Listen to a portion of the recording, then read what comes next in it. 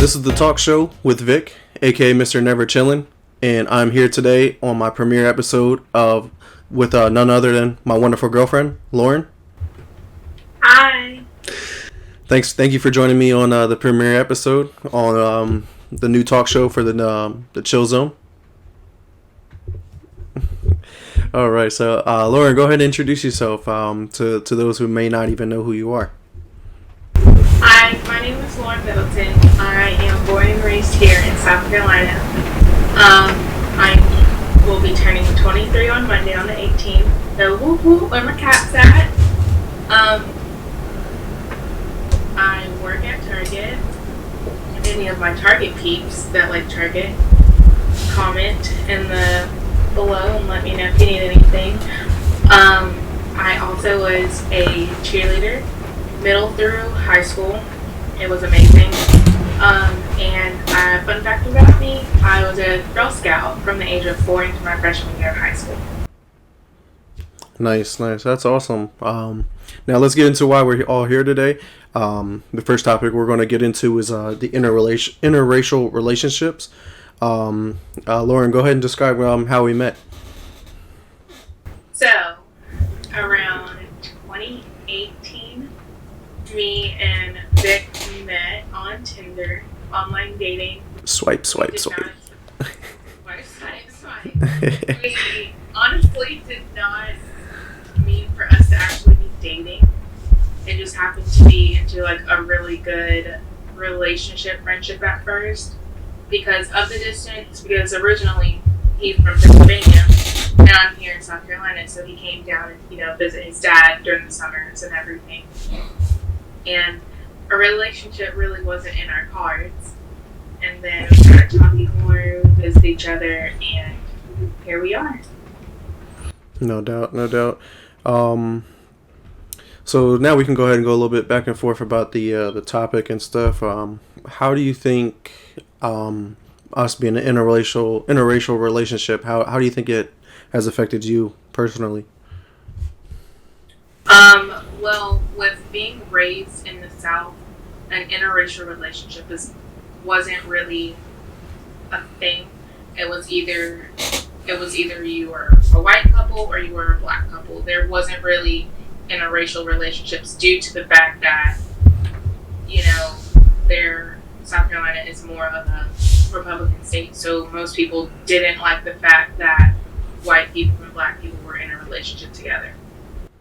No, for sure. It sucks to think that not only like racism is a thing and it still isn't it, but like when a white person, whether it's a male or female, dates a minority of another, like anybody else that's not white, it's like looked upon like why are they with them, and it's just like why is it really viewed like that? Honestly, I don't quite understand why people look at it like that. I personally, being in this relationship, I've seen like those dirty looks that some people will give us, like walking down the street or in a store or something like that, and it's just like, mind your damn business. Like, honestly. Basically, on the nutshell, just imagine being in a restaurant. Most that aren't in interracial relationships don't get the stares at restaurants when you're eating, trying to enjoy yourself, or just get dirty looks during restaurants, movie theaters, walking down the road, anything. Right. I mean, how could society like kind of move past that? Do you have any thoughts on that? Love. No doubt. My theory. Like, love over hate. Like, right. Probably the same. No, yeah. I certainly agree. Like, I think we just need to start looking at everyone as just a human and not because of what color their skin is. Like, I don't understand, like, back in the day, like, they really looked at people like that, and I don't know. It's just terrible. And the fact that we're still dealing with it in the year of 2021 is pretty awful to me. Like, can't we just move on? Yeah. Right, can't we just, like, move on from that? Like, let's come together, especially in this time of unrest, even in our own country, let alone the world. Is just like, you got Trump supporters or you got everybody else. Like they're going against each other, and it's becoming like a hatred thing, and racism is part of that as well. But like we just need to learn to accept everybody, including their some of their beliefs. I mean, there's some Republicans or Trump supporters who are legitimately like just Republicans, and they have certain views.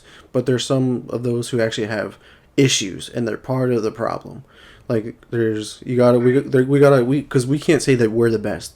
The non-Trump supporters is the best, and the only way that life can be thought. So like we have to learn to work with one another, collaborate, and just make things work.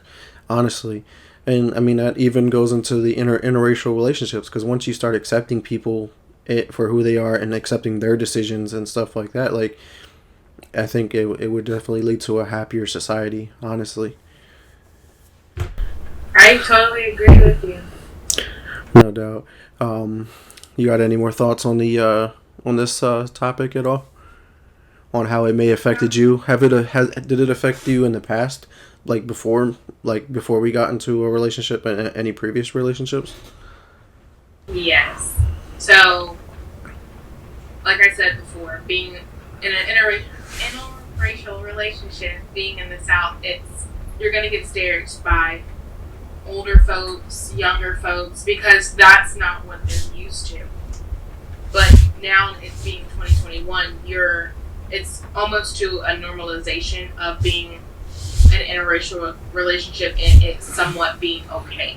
Mm-hmm. So over the years, it's evolved and it's somewhat getting better, but there's still a lot of work to be done.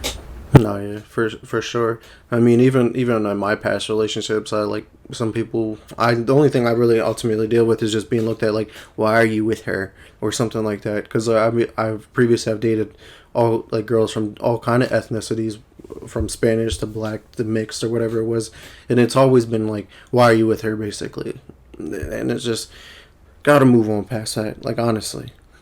But any last thoughts? We can move on to our next segment here. Yeah. All right, cool. That was a great conversation. Hopefully, we were able to shed some light and help others out, and kind of have a better understanding on what some people deal with. And honestly, there are other people who deal with worse instances and stuff like that. So, definitely reach out to us if you want. Talk to us on a more deeper level on it as well. But let's move on to our next another serious topic here. Lauren, you're in nursing school, and the last year has been a pandemic. How has that kind of been? Well, I'm not going to sugarcoat anything for anybody. Right off the Exactly.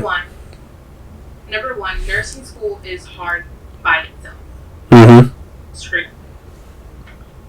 Nursing school in a world pandemic is 3 times worse, because not only is class online, but your clinical is online. Everything you have to do is all online. You communicate everything through online.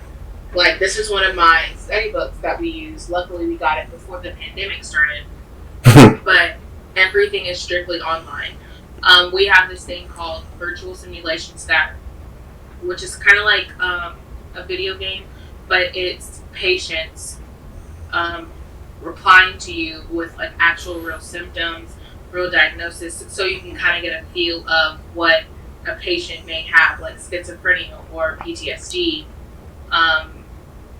a mastectomy, things like different things like that, and it kind of shines a light to show you what it could be, since you can't physically go to clinicals due to the pandemic. They don't want to contaminate other people, so that's what we're doing right now. Fortunately, in the South, the State Board of Nursing was able to grant us that ability, so we won't be behind versus other states where they are completely shutting down clinicals, which is holding most nursing students back. Right.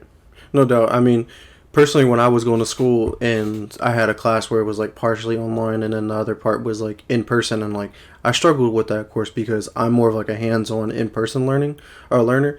So like, has that been like an effect on you too? Like, because I know you're probably more of like a hands-on in-person learner as well. Yes, it has totally affected me. Like you said, I'm more hands-on, in the zone, all up in it type of person. I want to know, I want to see. And being online is very difficult. It's more of like the teacher gives you the information, you kind of have to teach yourself. And it's kind of hard to stay focused in the midst of, if you have kids at home or brothers or sisters at home that are doing virtual learning. So that could be, one thing that's also hard, but also trying to be on top of your studying, on top of everything else that you have going on in your life is hard. Right. I mean, yeah, managing time is very important, whether it's online or in person as well. I mean, that was one of my weaknesses in the early days of college, and then towards like the middle to the end of it, I got that together and kind of managed my time. Do you have any recommendations on how someone could manage their time at all better? I've seen the method for studying for people that are struggling with studying. Do the 25-20 method, which is you study for 20 minutes, take a 5-minute break, study for 20 minutes, take a 5-minute break. So your brain won't be swamped with so much information. Another thing that I normally do, find a small study group and then go through each chapter and kind of like find different ways to remember the certain topics. Like, for instance, right now we're going through mental health in my class right now. We're going through mental health, and we are this thing called disenfranchised grief, way that we were able to define it and make it short, stuck into our head. Disenfranchised grief is where you cannot publicly mourn or ask for support publicly. So a good example would be, say for instance, this will never happen, but I'm just saying for instance, just throwing this out there. Say for instance, me and Vicar, obviously we're in a relationship, and he ends up having an affair with somebody else, and he ends up dying. That girl cannot be, that's what disenfranchised grief is. She can't grieve with the family because they weren't together, if that makes sense. Mm-hmm. No, for sure. Yeah, I did. Right. We do it. No doubt. I want to touch back on your VSIMs. Like how I feel like not just you, but like as a whole, like if that's going across the country, like how are these nurses, potentially doctors, learning how to do these simulations? Because it's only a quote unquote, like you said, a video game. It's different than actually doing the real thing. Do you think that's going to have like a big impact on your like performance and stuff? Yes and no. The reason why I said no is because most facilities often train you once you get on the floor.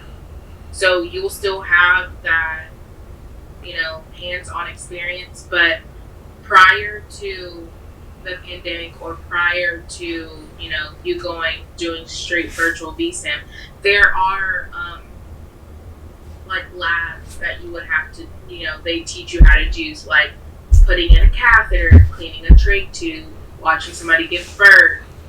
Like, so there's different, how to give, like, one thing that they made sure that we knew was how to give medications, such as, IV injections, shots, things like that. We know how to give medications, trach care, cleaning a wound, things like that. So we did learn those hands-on, like, procedures, but like talking to somebody that has schizophrenia or someone that may have us having a mastectomy, you could still do it virtually because you're kind of getting a feel of what someone could tell you. You may not get that if you're at the hospital, Right. but so it kind of is a good thing, but kind of isn't a good thing at the same time. You're still learning, but it's not the traditional way of learning, despite the circumstances. Right. No doubt. So dealing with this pandemic that's still going on and probably will still linger, we'll all still feel the lingering effects for years to come. What have been some of the struggles you've dealt with being in a pandemic while going to school? Can you elaborate? Yeah, like have you like struggled to understand the material? Like have you struggled to manage your own time? Have you struggled to take tests? Have you struggled to communicate with the professor or the dean or anything like that? Yes to all of it. Since everything, like I said, it has been online, studying is way more difficult because most of our books are electronic books. This is just a review book, Right. but most of our books is virtual books. Mm-hmm. So that's one thing. Um, Most of the time, we could have had meetings with our deans or instructors. Now everything is strictly emails or phone calls. So you lose that little bit more personal interaction. Tests for me has always been difficult. Some people get test anxiety. I know I get test anxiety. And just doing it all online, it's still difficult. Everything is more difficult now since the pandemic. Right, right, no doubt. I know personally of an issue that you have recently dealt with the whole problem of them thinking you're not at the camera but you are on the camera. Like that's a new problem with this whole learning thing due to the pandemic because everyone is remote learning. Can you elaborate a little bit more on that, on how that So, went? how my school operates, we do take our exams through this thing called the lockdown browser. I know most people who have iPads know that their camera is literally on the side of their device. I don't have my other device with me, but it's on the side of the device. When you tilt the screen sideways to like landscape, you can't really tell if your finger's covering it or where the orientation is facing it or not. So I had a situation with the school saying that I didn't have my face in the camera the whole time the exam, so they thought that I was cheating, but I really wasn't cheating. And I had to go through my instructor, my assistant dean, my DON, and the president of the school to make sure that this whole situation was covered. And then another thing, they said that I covered my finger with the camera, and that was considered cheating. Last time I checked, that is not cheating, but that's what they said. Right. No, yeah, because like this is a new issue now that they have to deal with, and there gotta be ways to like they gotta understand it. Like they're everyone's in a bad predicament, and then the devices that they're using aren't set up for like learning and stuff like that either. So they kind of like have to throw this emergency plan together. You have a thought? Not to mention that one, they did not expect us to be in the pandemic for this long, and technically the iPads that they have given us for learning and whatnot is technically the iPads aren't technically softwared enough for the lockdown browser. Right, because they're older iPads. Correct. No, yeah. Do you have any like recommendations or ideas of how the schools could have handled the pandemic better at all? Better communication. The thing about a relationship and anything in this world is communication. If you don't have communication, you're going to be screwed. Right.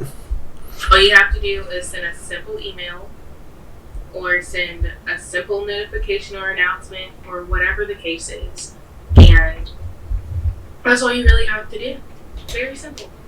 You would think so, right? Yeah, you would think. But, we're all adults here. People still don't know how to communicate with each other. Right. A simple email. It's a key aspect. I mean, I personally deal with it with work all the time because like people don't relay the important information and then something doesn't get done or no one shows up for work or something like that and boom, now you're in an issue or something bad happens or you piss somebody off or you just a lot of negative things can happen like you mentioned in a relationship. Communication's key there too because like if you don't communicate with your partner, like maybe you're not happy at the moment and your partner doesn't like know certain things, it's going to probably fail and you guys are probably going to break up. So I mean it's really important, honestly. But you got any last ideas or topics or anything you want to talk about with the nursing school at all? I am honestly ready to graduate. Yeah, when's that? June or July, and it can't get here fast enough. I know, right? And then we can move. We can move back to PA. Well, I can move back to PA. I can bring you with me.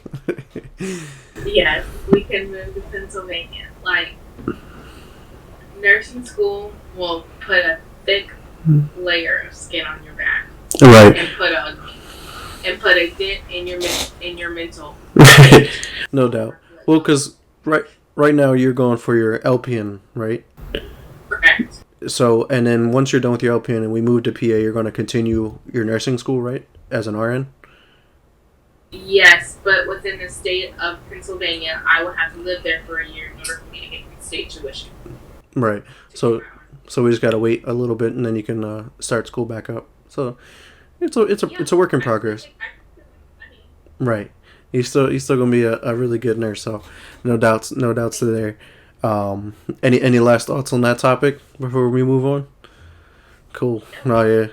Yeah, schooling. I couldn't imagine of going to school personally. I just have one last thought before we move on. Is I felt like school was kind of tough for me, even going to school, because like I was young and I was immature, and then like the stuff I know now, going back to school to me would probably be easier. But I couldn't go back to school during this time because I can't learn online. Forget it. I would fail and probably not do very well just because I do need that in person interaction with the both socially with your classmates because it's cool to bounce ideas off of them and learn from them along with your professors and stuff. So kudos to you and props to you dealing with this. Honestly, it's definitely a tough situation and you're powering through it. You're one strong woman. But Thank you. no problem. Another great topic we just discussed, but let's move on to a third, probably a little bit more positive topic. I think out of all of these, is your crafting business. Tell everybody about what you do, what do you make and stuff like that. Go ahead. I thought you were gonna say something else. No, I lost the track. It's okay. My crafting business on Facebook and Instagram is called Lasting Memories. I make t-shirts. I monogram like book bags, onesies, anything like decals for your cups. I can make wooden signs. I can make any signs. I also started making these resin ashtrays. They came out really adorable. I also make keychains where I also can monogram them. And if you need anything, I am here for you. No, yeah. That you need. Go ahead and show it to the audience of some of the stuff that you have made already. Okay, so this right here is a purple resin ashtray. It has the little glitter in it. If you don't want glitter, I can make that happen. Very simple. Just let me know what you need. This one is my all-time favorite. So I was very happy with myself when I made this one. This is another ashtray. It has the gold flakes in it. I know my hand's in the background, but it has a clear background, and the colors within it is it's called alcohol ink, and that can make those like watercolor. Right. It's pretty cool. It's another ashtray. I also have made some shot glasses. This one is clear with a little bit of the gold flakes. I have another alcohol ink one with purple, and then it also have the flakes within it.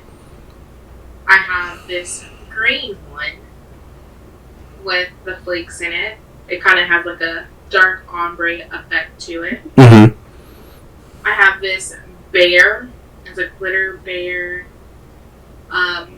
It's a keychain. That's the whole for it. And I normally would put like Mama Bear or whatever little thing that you would like on it. I can make that happen with a little tassel. Normally it comes with the tassel and the key part that comes with it.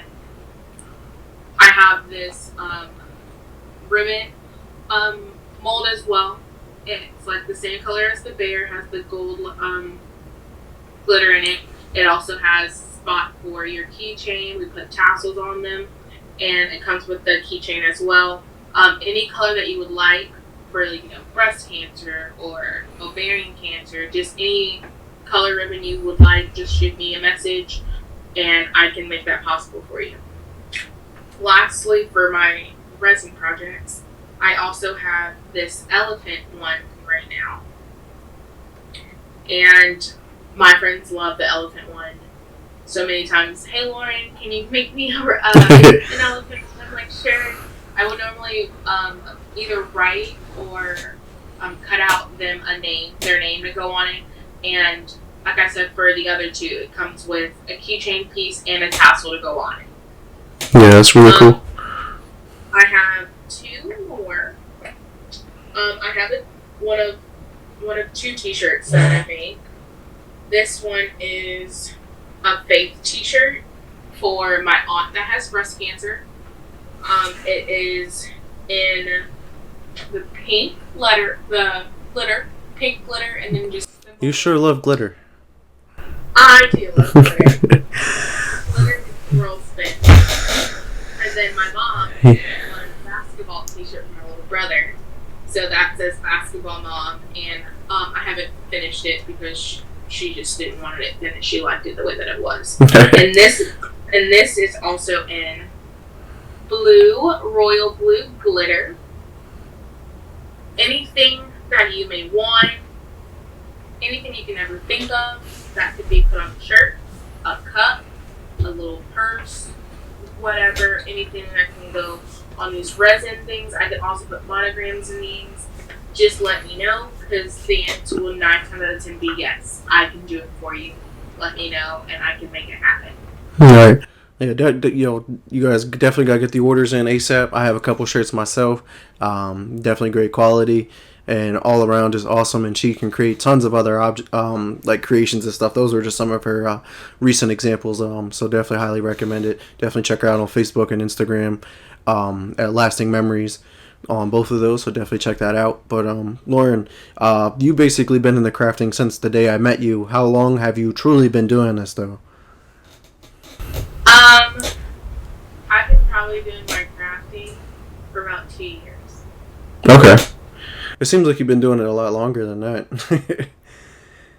Well, it's, whenever you want to start a business or start a hobby, it always starts small, then you kind of work your way up. Right. That's how it's been for me. Right. So, because you've had the Cricut machine for how long? Is it 2 years for that too? Yes. Okay. Because I got my Cricut machine before AC Moore closed. So yeah. R.I.P. AC Moore was a great store. Any craft store, I'm in it. Right. I'm all in. Right. I remember going to AC Moore with my mom all the time growing up because my mom and the rest of my mom's side of the family is huge in the craft. So I can't wait till you can actually hook up with them and like create some projects and collaborate on that. I think that'd be pretty cool to see in the future. But it's so fun. I can teach them from my Cricut stuff, and they can teach me some of their stuff. Exactly. Work hand in hand. It's all about teaching each other and wanting to learn and stuff like that. So it's really cool to be able to connect with somebody like that too, honestly. But now that you created the business, it's in the early stages. Where do you take the orders from and for the products that you plan to make from? Like how does that go? Like how do they place the orders? So as of like right now, I just normally get direct messages. Some of my friends that have my phone number, they would normally just text me, ask me.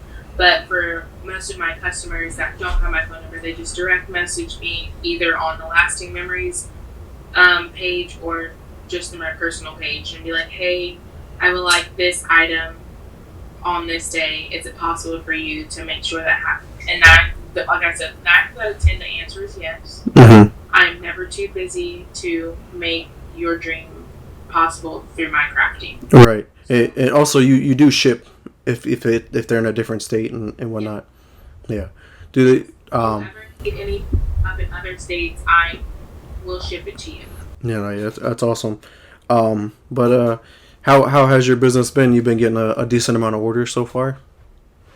Yes, with the Christmas season just gone, I had a good bit of Christmas orders to fulfill and kept myself busy on top of my normal job working at Target and in nursing school. So you guys keep me on my toes, which is good, and I really appreciate the business that you guys have, doing for me. I really appreciate it. No, yeah, that's awesome. So if you had to estimate, how much time per week do you think you partake in this side job that you do of your crafting? On can't even think of how many hours I do a week because when I'm done studying or just chilling, I probably maybe maybe with a big M, maybe 60 to 70 hours a week, maybe because I'll be at the computer on the Cricut. That seems to be a lot. I'll Like, be on the Cricut software creating designs that I may think my customers or other folks may like.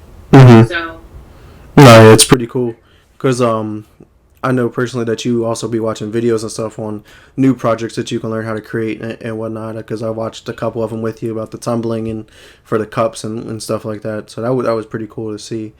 Um, but yeah, 60 70 hours, that's a lot of time to put in per week because that's more than a full time job.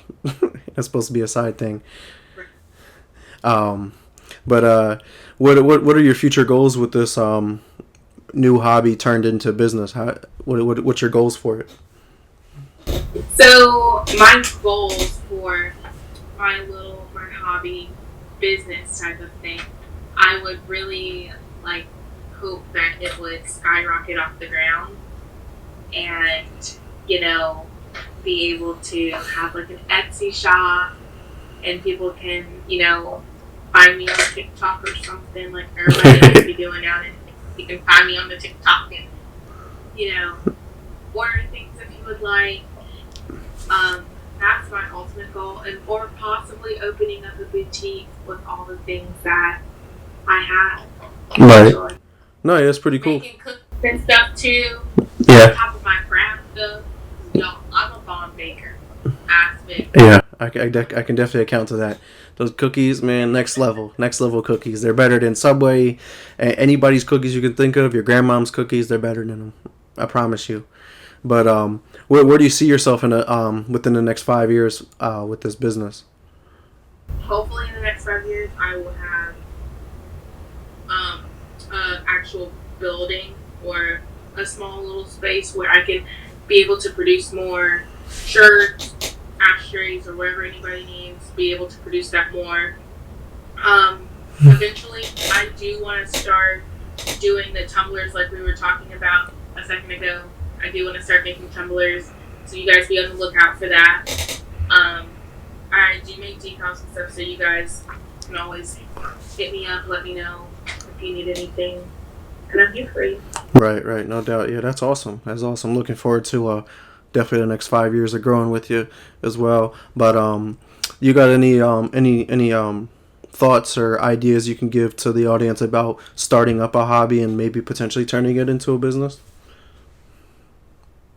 What I can say about starting a hobby, do it. Don't don't continue to ponder on it. If you're feeling like you want to do something, just do it. Right. Then you're going to be like, well, I wish I should have done it sooner. Just do it. And when I bought my Cricut machine 2 years ago, I did not know what the heck I was doing. I'm going to be straight up honest with you. Did not know what the heck I was doing. But your old faithful YouTube helped the girl out. I bet. YouTube has all the videos, introduction videos, how to do this, how to do that. And it was super helpful. Not to mention that I had some friends that also, had a machine similar to mine. Mm-hmm. So they were able to help me out as well. And then with trial and error, you'll be able to figure out, if you decide that you want to have a Cricut machine and do a crafting business like me, or still do sewing or cooking, like baking cookies like I did. Just start from the bottom. It's all right. We all start somewhere. Trial and error. I promise you'll get it. Just go for it. Because if you don't, you will regret that you did not do it. Right, exactly. And it's crazy because we're talking about like the pandemic earlier and how bad or how negative it impacted, but there's also been a lot of positives that came out of the pandemic because you were able to focus a little bit probably more on your crafts. Me personally, I was able to start up my gaming podcast along with this new talk show. I mean, there's been a lot of good. People have been been able to pick up a lot of new hobbies along with old hobbies that they may have fell out of, and they have had tons of time now to invest into it because you can't go out and do stuff. They're at home working or not working at all. There's a lot of people on furlough or just unemployment straight up. So I mean, it's pretty cool. So I mean, I definitely recommend if there was always something that you wanted to try out or get into, do it. Like Lauren said, just go out and do it, because that's the probably one of the hardest steps, and it's the first step is saying, all right, I'm gonna go do this. I'm gonna go pick up this new hobby. I'm gonna go buy what I need. You went out, you bought your cricket machine. That was like $200, I believe, right? I'm not 100% sure how much those machines cost. How much was it? Well, when I bought it, it was $200, but the machine that I have now is like almost $300-400. Okay, see there. But granted, it could be a little stamp in your little pockets right now. But I promise you, it'll work out in the long run. I promise. No, yeah, it's always good. Because people sometimes will just go out there and just waste money on whatever it is. Like, oh, I'm gonna buy this, I'm gonna buy that, and there's really no investment behind it. Where one of the most important things you can do in life is invest in yourself, whether it's knowledge or starting a hobby, or money. Because like you said, you went out, spent that money, had no idea what you were doing, but guess what? Now look at you. You got to take that first step. Go and do it, invest in yourself, and take the time to practice. And if you really enjoy it, you're going to want to learn more. You're like, man, I got to learn how to do this. I want to know how to do this. I want to get better at it. This is fun, but I suck at it right now. And then boom, next thing you know, you're like, I'm pretty damn good. Now let me make money, or let me connect with people and whatnot. So it's pretty cool to see your business flourish the way it's been going, and definitely looking forward to seeing how it ends up in the next 5 years. Hopefully you do got that spot, and I can definitely help you out with that as well. I have a lot of business background knowledge, as you know. Even if it's a she shed, at least I have my own space. Oh man. But you have any last ideas, thoughts, advice to give to everybody on the business aspect of it? No, but if you want any products made or just want to talk about the business, you can find me on Facebook, Lasting Memories. I don't really use the thing called Instagram. I know I'm young enough to know what Instagram is, but right. I'm still trying to figure out how to work it. So you can do Lasting Memories on Facebook. Or your actual personal profile too, right? If they want to message you directly as well. Yes, you can message me directly because I'm still trying to figure out how to use Instagram. So. Oh my, granny at heart. Oh man, but only if you knew. But no, yeah, that was great. It's also, like I said, awesome to see your business and looking forward to it. But it was a great conversation. What a conversation we just had for the last about 40 minutes. I think we were just talking for about 40 minutes here. Unfortunately, it is time to wrap it up. Personally want to take the time out to thank you for coming on to my first episode, and hopefully I'll get you on in the future in about a year and see where your business is at too, or how your nursing program worked out. So it'd be pretty cool to get you back on the show, of course. So definitely thank you as well. We would like to thank everyone who did show up to watch us live on Twitch, and then definitely to those who are going to check us out on YouTube at a later time. I do know that this live stream was early in the day at 1 o'clock, so most people are probably busy working and stuff, so I quite completely understand. But definitely check this video out on YouTube. It'll probably go up on probably have all new episodes posted on Tuesdays, so definitely be on the lookout for that. You already mentioned it again, but just one more time, Lauren, where can we find you and or your business at? Like social media, websites, any form of contact? We can get it one more time out there. Yes. On Facebook, it's Lasting Memories. My personal name is just Lauren Middleton on Facebook. You'll see a picture of me and Vic on there. Just private message me if you need to, if you aren't able to find my Lasting Memories Facebook page. And then on Instagram, it's _lasting_memories 18, and you'll be able to find me there too if you use the Instagram thing. But that's where you can find me. Awesome. That's cool. If anybody ever wants to conversate with me, have any questions, want to actually come on the show, reach out to me at Twitter. I got at Mr. Never Chillin _ along with Xbox. I'm on Xbox all the time because I also have my gaming podcast at X Never Space Chillin. Or you can check me out on Facebook, Vic Brubacher. Definitely check me out there. Just want to give you guys an update. I will be continuing to produce these new episodes weekly. They'll usually be every Friday, but my next episode I had to change the date. It'll be this coming Sunday, or not this Sunday, the 24th. Of January at 7 p.m. I'm going to bring on my cousin Steven, and he's kind of going to talk about his journey at becoming a firefighter. So definitely tune into that. There's going to be other great topics that I'm going to dive into with him as well. Also continue to check out our other content on the Chill Zone YouTube channel, because we do have a gaming podcast that we go live on Thursdays. Videos go up on Monday for that. But that podcast there is where we go into more gaming topics, but we do touch on some real world issues and stuff like that. So definitely be on the lookout for those. And of course, like and subscribe to the YouTube channel. Share the content as much as you can. I would love to grow the community and connect with people. So it's pretty awesome. But thanks again to everyone, and until next time, peace.